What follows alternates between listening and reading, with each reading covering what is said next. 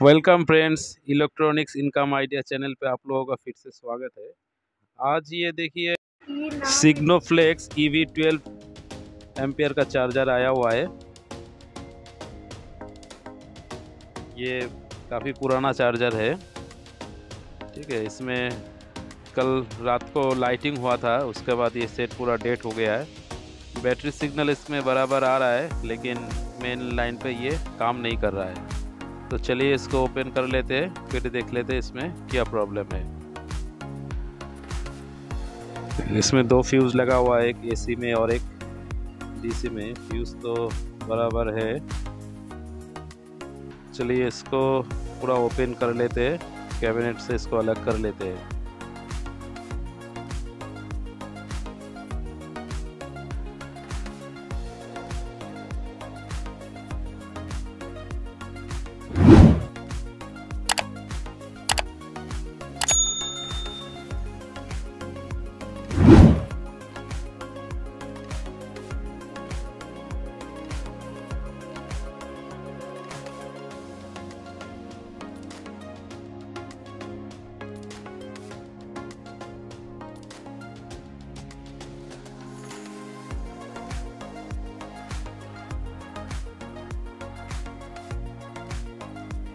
ये single MOSFET पे 12 ampere का चार्जर है।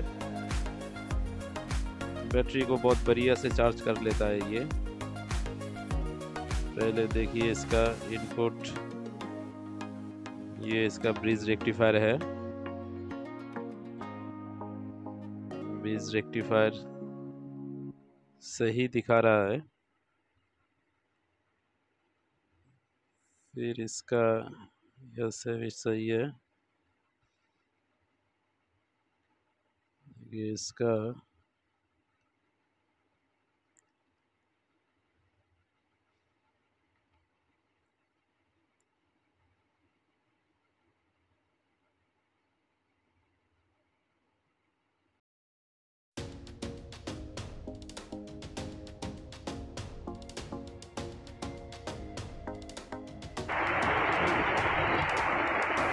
इसमें ये AC इनपुट जो ट्रैक है ये जल गया है। तो हम लोग इसी ट्रैक को अभी जोड़ लेते हैं, फिर देखते हैं इसमें क्या आता है।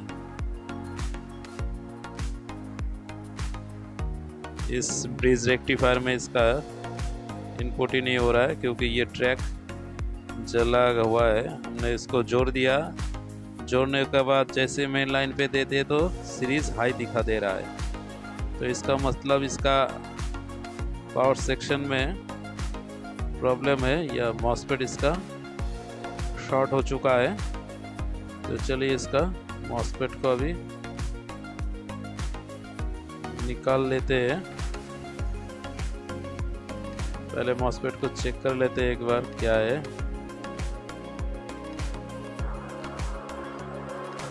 मॉसफेट इसका देखिए, इसमें 0 ohms आ रहा है। इसमें कोई रेजिस्टेंस नहीं दिखा रहा है।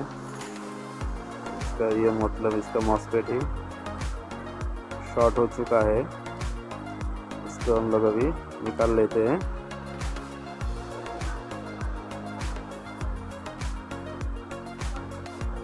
इस चार्जर में एक कंपनी ने क्या किया है, इसका मॉसफेट का नंबर, IC का नंबर सब मिटा दिया है, मतलब घिस दिया है। मॉसफेट का जो नंबर है वो इसका घिसा हुआ है। देखिए हम जैसे निकाल लेंगे,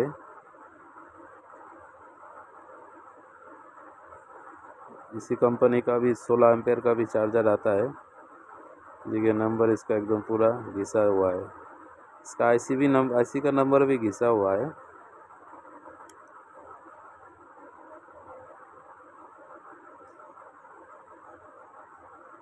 तो हम लोग इसमें जुगाड़ निकाल लेंगे।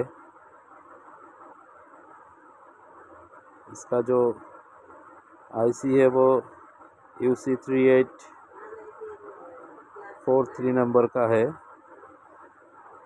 स्विचिंग IC जो है वो UC3843 का है। इसमें भी नंबर घिसा हुआ है, इस नंबर इस सर्किट पे भी।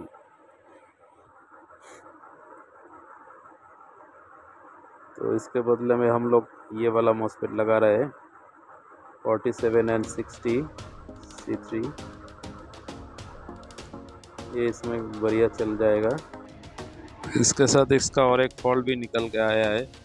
देखिए जैसे इसमें डीसी जो कैपेसिटर है मेन, उसमें देखिए जितना जो इसका मेन इनपुट है रेक्टिफायर होने के बाद जो वोल्टेज आ रहा है, सेम टू सेम वही वोल्टेज कैपेसिटर में भी वही आ रहा है। मतलब इसका कैपेसिटर भी इसका लीकेज हो चुका है। देखिए इसको शॉर्ट करने पे भी कोई सीरीज नहीं आता है। तो इसका कैपेसिटर भी ऊपर से तो ठीक ही दिख रहा है, नीचे से शायद इसका खुल गया होगा। खोल लेते हैं इसको पहले। देखिए इसका ऊपर से भी सील थोड़ा सा ऊपर उठ गया है इसका, और नीचे से भी देखिए एकदम पूरा लीकेज जैसा हो गया है इसमें। वो इसका अंदर जो ऑयल रहता है वो ऑयल निकल रहा है थोड़ा थोड़ा।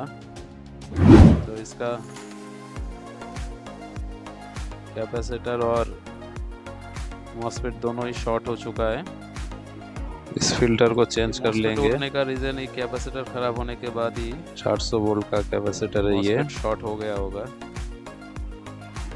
तो हम लोग इसका कैपेसिटर डाल देंगे अभी इसमें।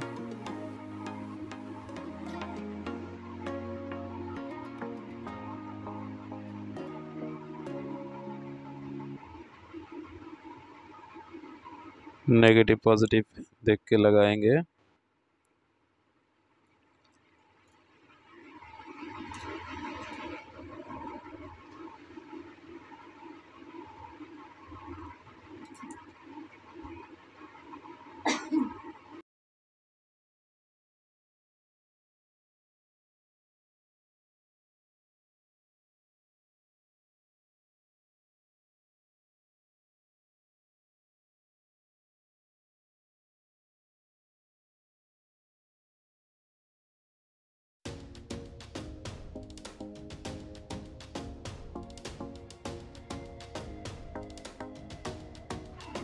सोल्डरिंग एकदम बढ़िया से करना है,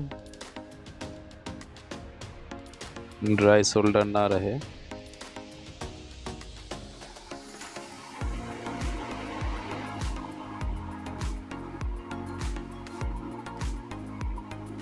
चलिए अभी देखिए जैसे लाइन पे देने के साथ साथ इसका सीरीज भी आ गया और इसमें वोल्टेज भी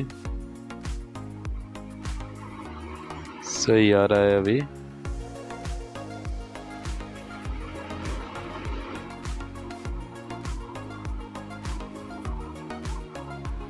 स्विचिंग वोल्टेज भी एक बार देख लेते हैं। एक बार आके चला जाना चाहिए। ठीक है, इसका गेट वोल्टेज आ रहा है बराबर।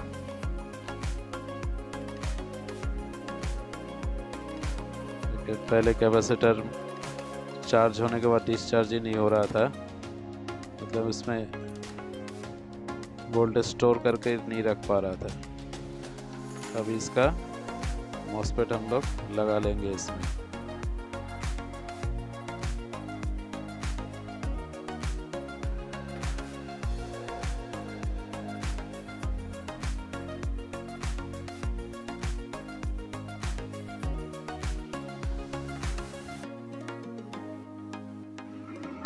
मॉस्फेट को बढ़िया से सोल्डरिंग करने के बाद इसमें स्क्रूड्राइवर को टाइट करके लगा देंगे। अभी इसको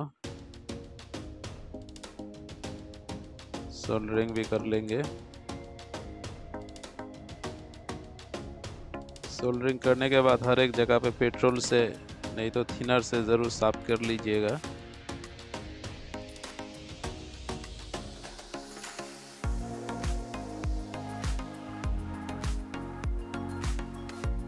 तो लीकेज हो जाता है कभी कभी उससे।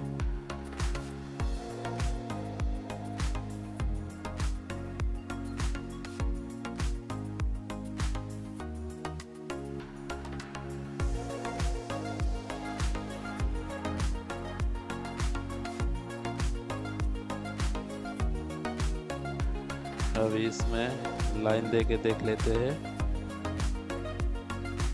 बैटरी कनेक्शन जोड़ दिया मैंने, मेन लाइन भी दे दिया।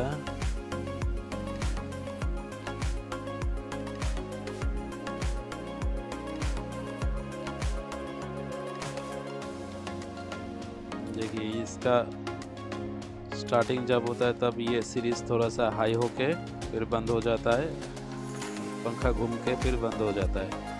इसका स्टार्टिंग ऐसे होता है। अब इसमें मेन लाइन दे दिया मैंने, पंखा भी एक बार घूम रहा है और इसका एम्पियर भी आ चुका है। एक मिनट घुमा लेते हैं, देख लीजिए। ये पंखा भी बढ़िया से घूम रहा है और इसका आउटपुट वोल्टेज 60 आ गया है। एम्पियर देखिए 10 एम्पियर आ गया है इसमें। तो ये काम एकदम बराबर कर रहा है,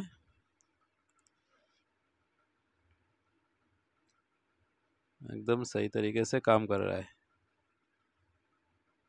तो ऐसे ही जुड़े रहिए, मिलते हैं नेक्स्ट वीडियो पे।